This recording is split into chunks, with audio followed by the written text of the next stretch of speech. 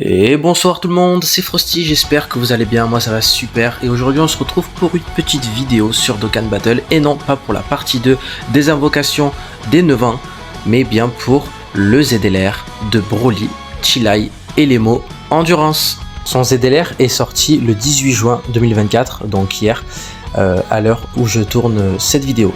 Je fais cette vidéo parce qu'en fait j'avais envie de faire une vidéo analyse sur la carte de Broly, Chilai et Lemo, que ça serait vraiment bien de partager avec vous l'analyse de cette carte. Donc quand il est en LR standard, donc tout ce qui fait son kit complet, ainsi que quand il passe en ZLR, l'analyser juste après.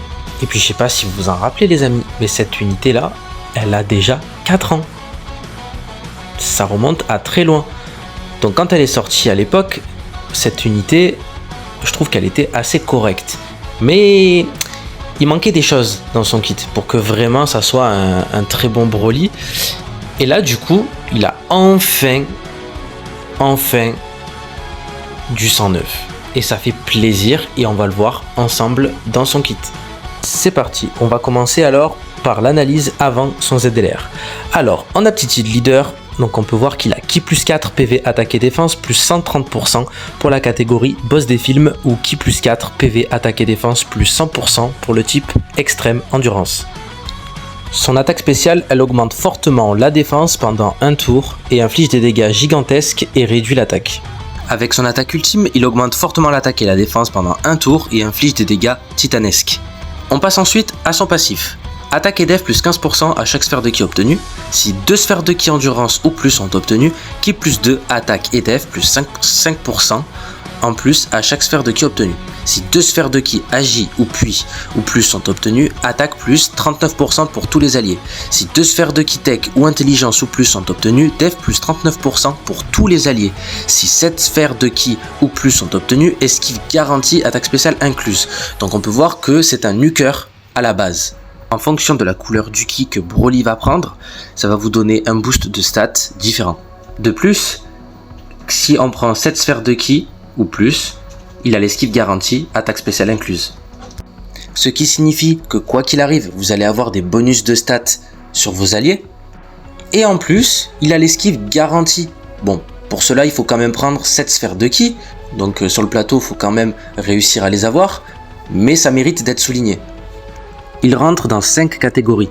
Pour moi, les 3 meilleures catégories où il rentre, c'est évidemment boss des films, boss de DB Super et force jointe. Après, lien d'amitié et pouvoir des vœux, il n'y a pas grand monde et c'est pas trop intéressant. En conclusion, pour ce Broly, c'est un assez bon support dans l'ensemble, mais pour faire proc sa dernière ligne, donc les 7 sphères de ki, pour qu'il puisse esquiver garantie, c'est assez compliqué, comme je vous ai dit précédemment. Et son autre petit problème, c'est qu'il manque cruellement d'attaque. Et donc pour le in-game, ça va être très compliqué de le mettre dans une team. Maintenant, on va passer au ZLR de Broly. Alors son aptitude leader, il a Ki plus 4 PV attaque et def plus 150% pour la catégorie boss des films ou Ki plus 4 PV attaque et def plus 100% pour le type extrême endurance. Donc la fin ne change pas, la seule chose qui change c'est le début, donc Ki plus 4 ça c'est pareil, mais PV attaque et def plus 150% pour la catégorie boss des films. Donc il gagne 20% en plus pour sa catégorie. Pour son attaque spéciale, il augmente fortement l'attaque et la défense pendant un tour, inflige des dégâts gigantesques et diminue fortement l'attaque. Donc là ce qui change les amis, c'est que Broly il augmente fortement son attaque en plus et il diminue fortement l'attaque. Chose que précédemment il augmentait ni son attaque et il diminuait aussi l'attaque, mais il la diminuait pas fortement. Donc ça c'est un très bon atout. Pour sa spé ultime, ça reste exactement pareil, sauf que les stats augmentent encore plus, donc se multiplie par 2. Comme vous pouvez le voir, 100% et 100% pendant un tour, donc du coup il a les stats doublées, donc augmente énormément l'attaque et la défense pendant un tour et inflige des dégâts titanesques, donc taux d'augmentation 250%. C'est énorme, je sais pas si vous vous en rendez compte. Donc maintenant on va s'attaquer au gros morceau, donc son passif. Alors à chaque sphère de ki obtenue, il a attaque et def plus 30%, donc il gagne 15% supplémentaire sur son attaque et sa défense comparé à avant. À chaque sphère de ki endurance obtenue, attaque et def plus 10% en plus. Auparavant, il fallait qu'il en prenne 2 pour avoir à peine attaque et def plus 5%. Ki plus 2 en plus à chaque sphère de ki obtenue, donc il part très rapidement en spé. Si une sphère de ki agit au puits ou plus est obtenue, ki plus 2 attaque, plus 39% pour tous les alliés. Si une sphère de ki tech ou int ou plus est obtenue, ki plus 2 et def plus 39% pour tous les alliés. Donc ça ne change pas les stats. Ce qui change, c'est juste la prise de ki. Donc auparavant, c'était deux sphères de ki, maintenant c'est une seule. Donc beaucoup plus facile de proc. Si une sphère de ki arc-en-ciel ou plus est obtenue, ki plus 2 et attaque et def plus 15% pour tous les alliés, donc encore des stats. Attaque plus 39% en plus lors d'une attaque spé. Si ki a 24 attaques spé supplémentaires garanties, chose qu'il n'avait pas avant.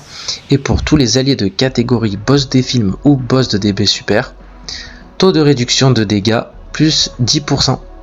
Ensuite, il a quelque chose de très intéressant, grande chance d'esquiver l'attaque ennemie, attaque spéciale incluse.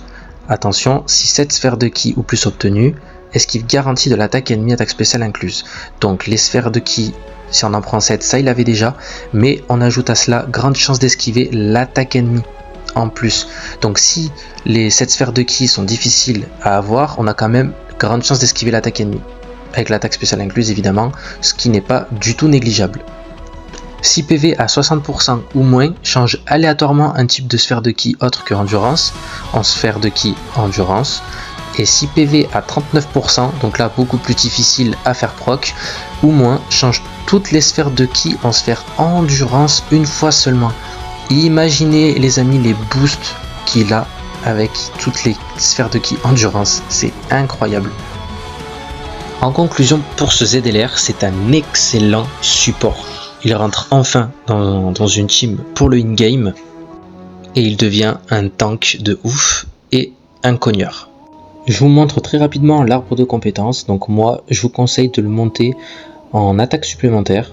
Voilà, moi je l'ai avec 3 doublons et je pense que je vais me mettre très bien avec 3 doublons sur ce Broly. Et voilà les amis, cette vidéo est désormais terminée, j'espère qu'elle vous aura plu. N'hésitez pas comme d'habitude à vous abonner à la chaîne pour me soutenir, à vous abonner sur Twitch, Insta et à lâcher un like également pour me soutenir. N'hésitez pas à me dire également dans les commentaires si ce type de vidéo vous a plu, comme ça j'en referai d'autres. Et moi je vous laisse du coup avec le gameplay de Broly LR Endurance. Ciao.